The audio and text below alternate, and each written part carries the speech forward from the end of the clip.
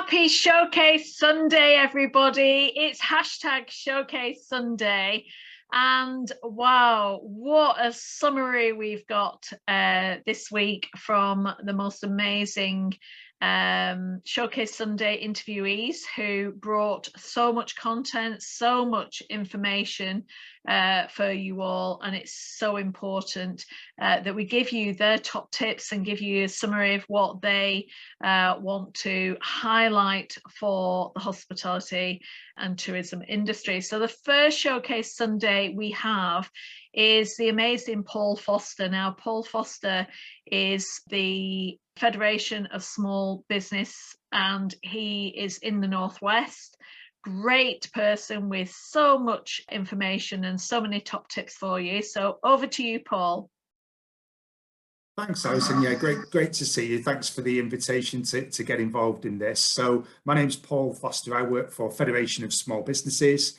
We're a national business support organisation helping anyone that runs their own small business. So we deal with sole traders, self-employed people as much as we deal with larger SMEs. So yeah, anyone that basically runs a business, we can help. My role is I'm the development manager for Lancashire and Cumbria with FSB. So I'm the first kind of point of contact for a lot of those small businesses across Lancashire and Cumbria who are looking for any help with their business. And when you're looking at small businesses, it is up to 250 employees, isn't it? So a lot of people think, oh, is that just a one-man band, or is that just a couple of employees? But you look after lots of businesses, especially in my sector, the hospitality sector. There's quite a lot of hotels, group of hotels who actually have FSB as a backup support.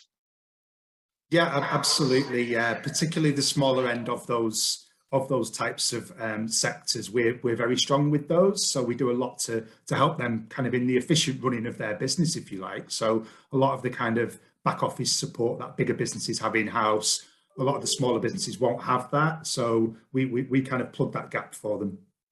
Now, I do ask every Showcase Sunday interviewee to bring some 5 top tips. What are your 5 top tips, Paul, that you want to share today?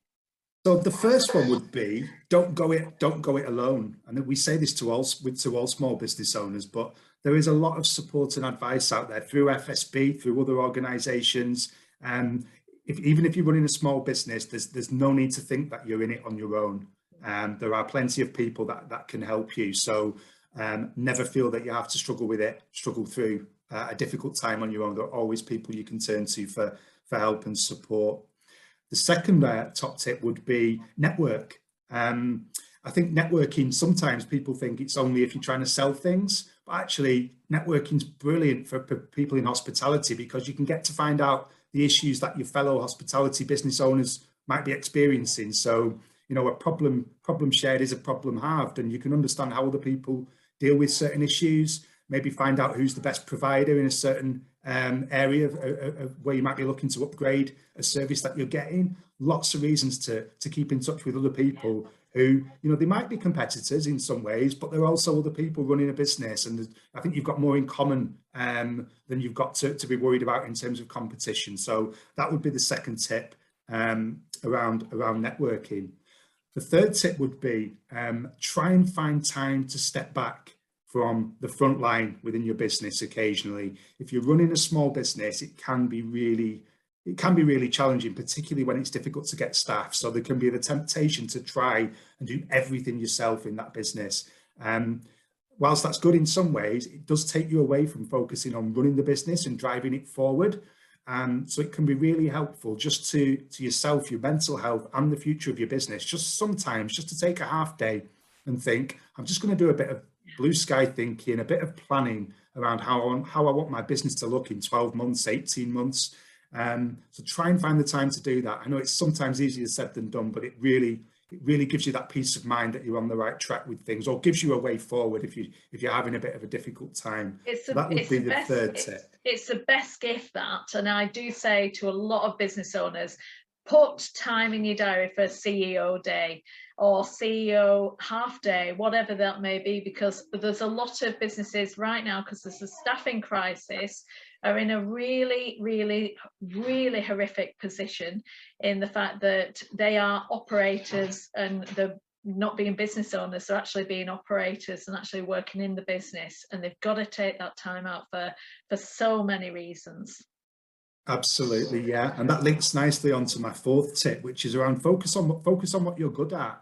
So, you know, too many people running their own small business try and do everything, and sometimes, you know, they're best off putting their time and effort into what they're good at. There are plenty of experts out there that can help you with the things that you're perhaps not good at, and no one's good at everything. So if you need marketing help with your business, for example, don't try and kind of put a Word document together and print it off and use that as your promotional, you know, your promotional piece. Get experts in who can do that for you.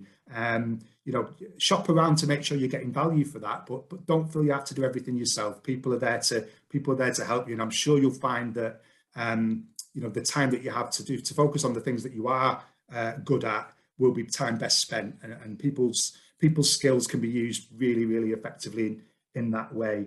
And the final top tip would be make sure you do look after yourself. As you said before, Alison, it's really important that we as business owners, we all look after ourselves and the welfare of our staff.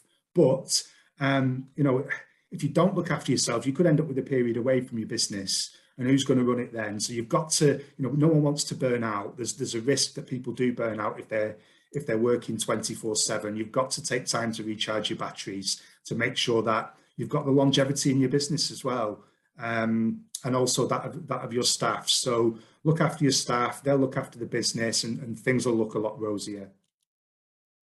Wow, thank you, Paul. That was amazing. And the next Showcase Sunday is the outstanding Hannah Cleesby. Now, she is one of the very few people who is completely accredited with mental health first aid, mental health awareness, and she has the most amazing top tips, and it's really important. And lots of people who go on her courses, workshops, and actually go through her mental health awareness courses, they just come out and say, why didn't we know this before? So over to you, Hannah. My name's Hannah, and I own HC Training, and through that I deliver mental health first aid and mental health awareness courses on behalf of Mental Health First Aid England. I also offer bespoke mental health training for any organisation. So my background is quite varied. I've got quite a lot of experience working with both young people and adults with mental health conditions and issues.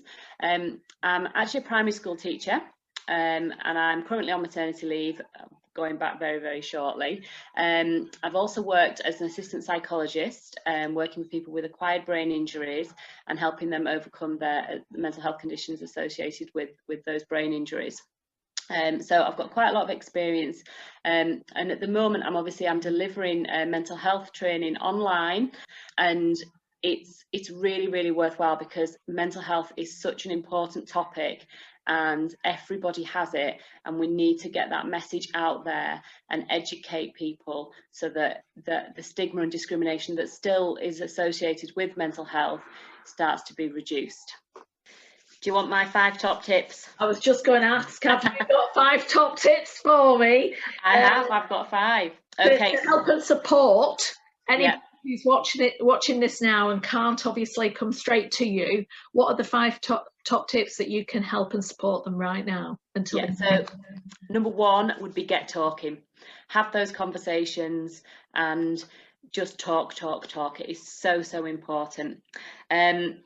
Second tip would be to sort of be aware of what you might be looking for, or any changes in behaviour in people or family, friends, anybody, so that awareness of what might be happening. Obviously, number 3, educate, get yourself booked on a course, get in touch with me, because it's so, so important. as looking at mental health as a whole and reducing that stigma and discrimination. Discrimination education is the key for that. Number 4, make that difference. Okay, whether it's in terms of your own well-being and self-care and making that time for yourself, or whether it's making a difference for someone else, just do it. And obviously through that, you potentially could save somebody's life as well, which is really, really key. And number 5, get out of that comfort zone. I know a lot of people are frightened to come on courses like mental health first aid because they think, I don't know anything about it, I might look like I don't know anything, and it's uncomfortable as well for a lot of people if they've had personal or professional experiences with mental health, and they think it might bring up you know, uncomfortable feelings, which it can do. But get out of that comfort zone, because it's the only way that we can make a difference to mental health. Thank you, Hannah. That's amazing. And it is so needed, no matter what time of year that you're looking at the Showcase Sunday. But when you hear what Hannah's top tips are, it's so important. And she has people coming to her courses and workshops, and they do highlight that they wish they'd known it before. So it's amazing top tips from Hannah. Thank you very much. And the next Showcase Sunday is Pamela Carvell. Now, Pamela Carvell is a lifestyle and marketing consultant. She really knows her stuff, been in the hospitality industry for over 30 years. And she is the president of the Hotel Marketing Association, and their conference is literally coming up this week. If you've got availability and you can actually get to it, certainly register ASAP, because it is not to be missed. It is just a fantastic experience with so much to learn, so many notes to take, whether you're exhibiting or whether you're actually there attending. There's lots of masterclasses on it, and it is not to be missed. It's certainly one to book as soon as you can, and make sure you take plenty of pen and paper and take lots of notes. So over to you, Pamela. Hi, well, thank you for having me on your Showcase Sunday, Alison. It's great to join you. You and I obviously have known each other a long time. So I guess I've always worked in marketing. I have a marketing degree, worked in lots of different industries before I sort of ended up in hospitality, so to speak. And marketing has always been my passion. I became involved with the Hotel Marketing Association almost 30 years ago, because it was the, you know, original organisation for hotel marketers. And as part of that, many years ago, we developed the National Hotel Marketing Conference. Now, although somebody independent, a gentleman called Martin Evans of the tourism business, actually organises it, we as the HMA have a heavy involvement in it. So personally, I now work as, I've sort of, like many of us, rebranded myself as a lifestyle consultant, because I reach a point where, yes, I still do marketing, but I've always done a lot of training in hotels in many different topics, from selling techniques to how to do local level marketing. But also I recently launched some workplace wellness programs, because I'm also qualified in nutrition, and I've worked with neuro-linguistic programming as part of the marketing that I've done for decades, because you can't be a great communicator and great marketer without understanding the whole sort of process of NLP. So that's where it all sort of comes together. So that personally, I work as a lifestyle consultant. My company name has been Pampers for over 20 years now. And I've been involved with the Hotel Marketing Association for a similar length of time. And my role with the National Hotel Marketing Conference is that every year, I fortunately get invited to chair the conference. So I'm not only responsible for timekeeping, all of the speakers know that Pamela is a ruthless timekeeper. and it's one of those things, because I feel if you let one speaker overrun, you're being disrespectful to another speaker whose time you're going to have to cut back, or somebody who needed the coffee break at a certain time because they'd committed to go and do emails or make some calls, then can't. So yes, I have a reputation for being a ruthless timekeeper. I also do, each year at the conference, we have a big interview with somebody very important in the industry, and we do that sort of, we used to call it a sort of Parkinson style, that we sit, you know, in comfy chairs and do it. Obviously a lot of work goes into making that look natural, but of course we've planned what we're going to say and what we're going to cover to make it interesting to the audience. And I also, normally there's a debate towards the end of the conference, and I tend to chair and lead that. So that's how come, and I work with Martin Evans, he and I meeting next week.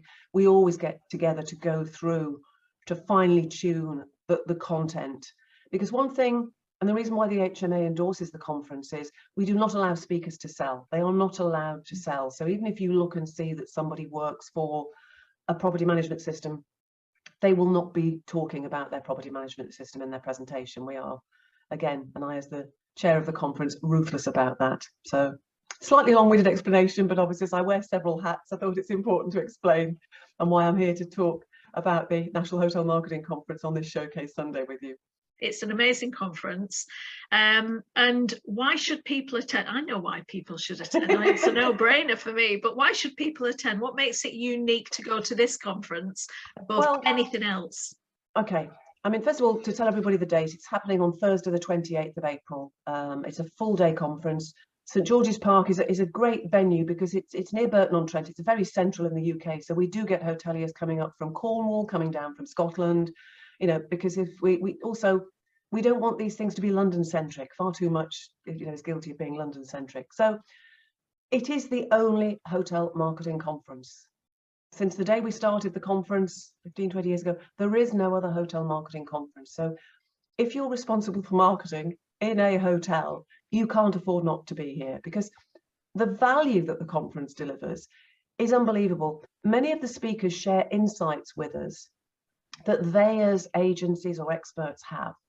And as an independent hotel, you would have no other way of finding out that information.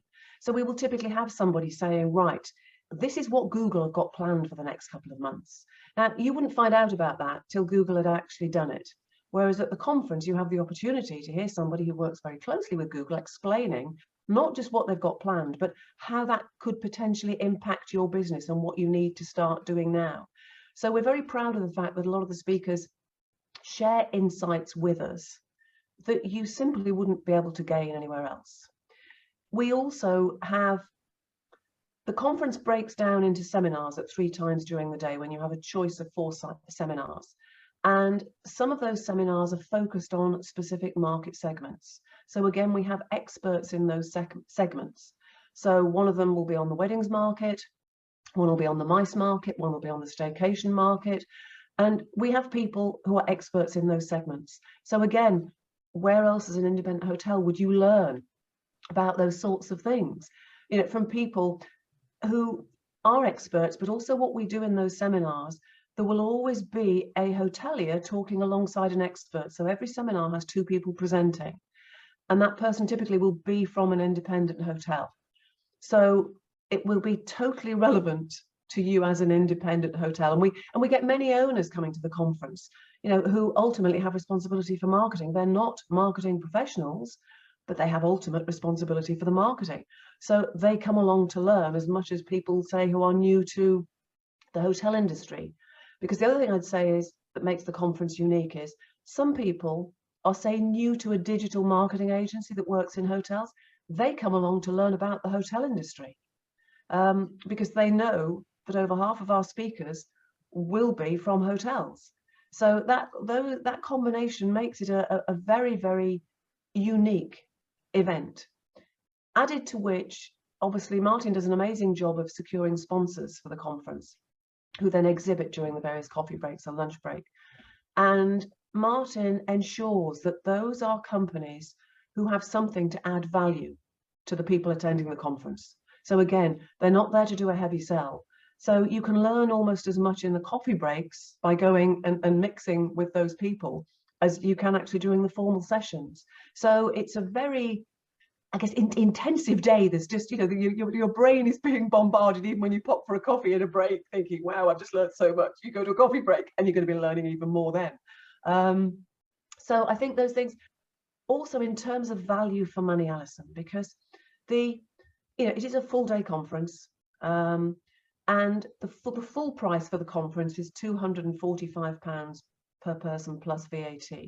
Now, if you compare that with train fares in this country, with the cost of a cup of coffee and what have you, but a huge positive, and I say thank you for having me on this Showcase Sunday, because it gives me a chance to tell people this.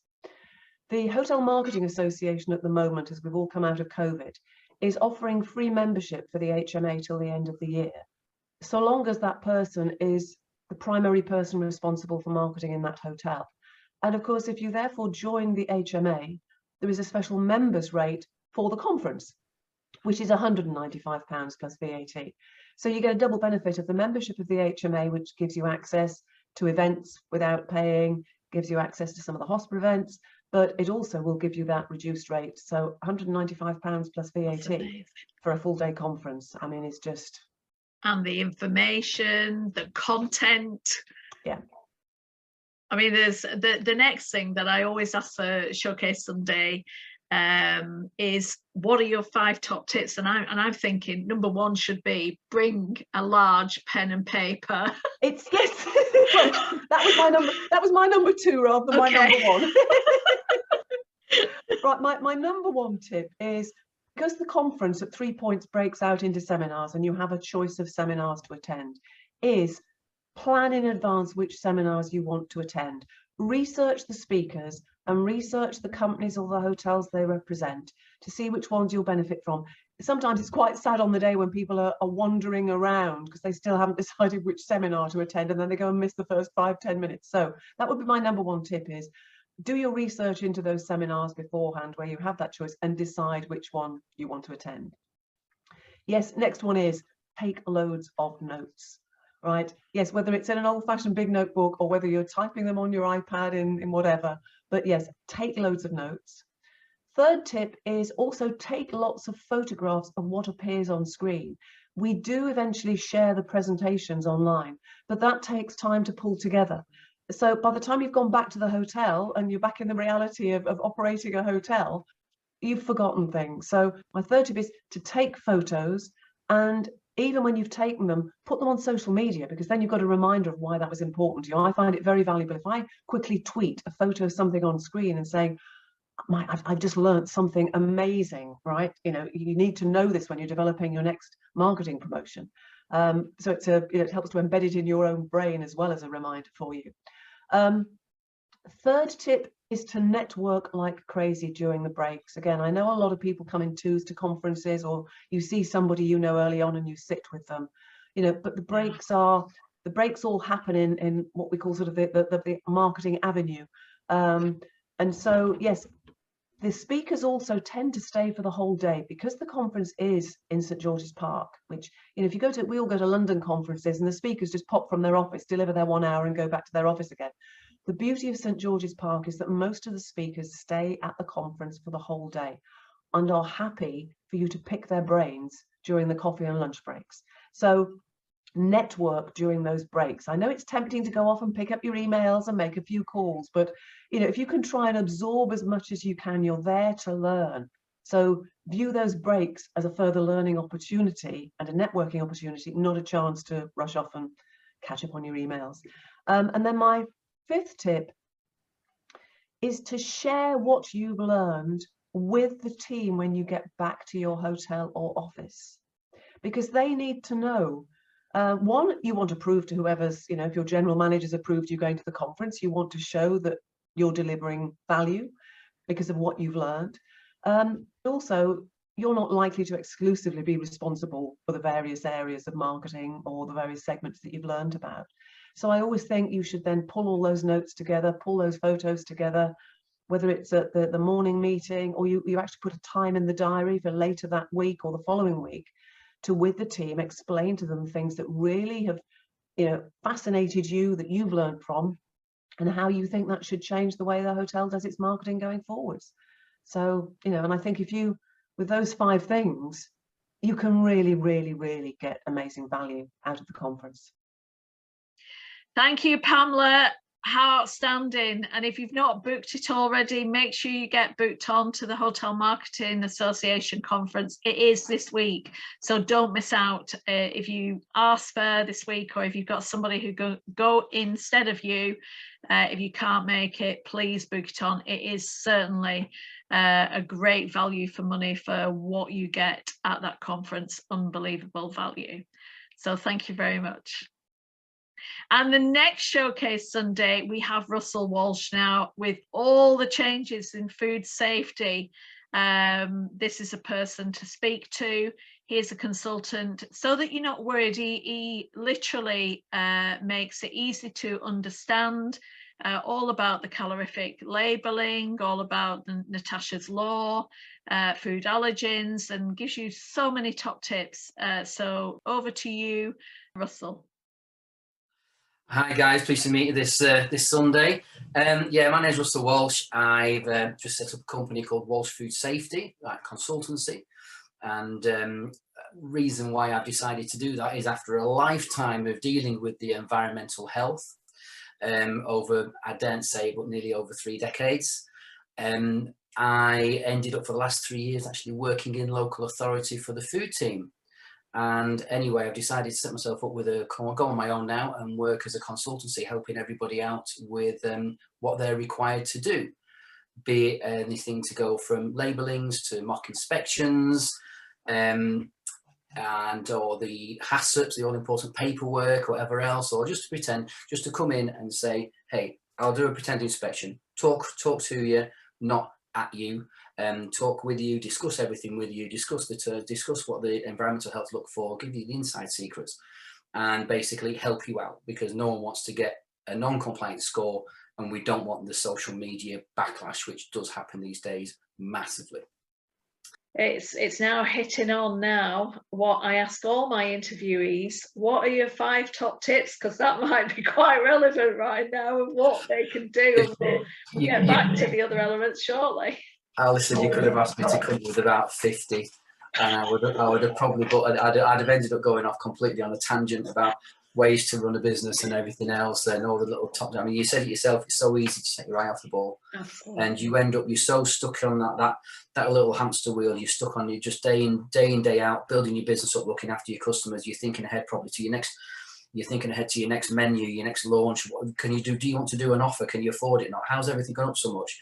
And I know, and it gets to the point where you're leaving your staff to it. I had 4 shops and a bakery at one point, 32 staff. And it was amazing how quickly, even though I kind of knew what I was doing, you still would take your eye off the ball because you're so busy worrying about everything else in the bigger picture and hoping when the environmental health comes, you'd be all right. So when it comes around to the 5 top tips anyway, so I do digress. So the top 5 tips is when it comes around to perspective for thinking about myself regarding Walsh Food Safety, is are you taking on a new premises? Are you thinking about opening up a new premises? Are you thinking about taking something on? Now, if you go into an old premises, the problems are you could inherit somebody else's issues. They might have left because they're being told from the environmental health, you need to do this, this, and this. Structurally, you're in a mess.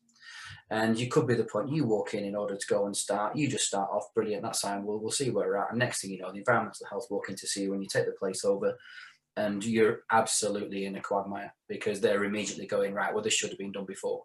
If you're taking a new premises on, do you know what you need to legally have in place? You know, do you know what the legal requirements are regarding sinks, wash hand basins, where your toilet facilities are for you and your staff? It's so simple to get it right from the word go, but to try and rectify it afterwards can mean kitchens needing to be ripped out after you've opened up, or things having to be arranged. And when you start rearranging stuff in the kitchen, the issue you've got is your plumbing in the right place, are your electric sockets in the right place, and so forth. So if you're looking to do that, your top tip is try and make sure you're getting it right from the word go. Get it right from the start. It's pretty simple, it's pretty basic, but it's a huge mistake to rectify if you get it wrong. Yeah, so that's number 1. Okay, 2. So when you come around to your top tip regarding staff, how these days it's so hard, and it's very relevant now, to get any staff. I was talking to a friend of mine the other day, and he's just come out of a pub, and he was like, oh my God, I used to run a pub with him back in the 90s. All right. So we were talking about staff, and this time around he was like saying you just can't get them. It's really, really hard. And he'd been up to the Lake District and said how many places were struggling.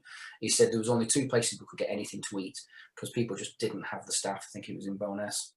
Now this creates a further problem, because what will have, a little flag will go in the back of the environmental health. If you've got such a rapid turnaround of staff, how the hell are you maintaining the training? You know, how are you managing to keep them informed? This is what we do. This is how we do it.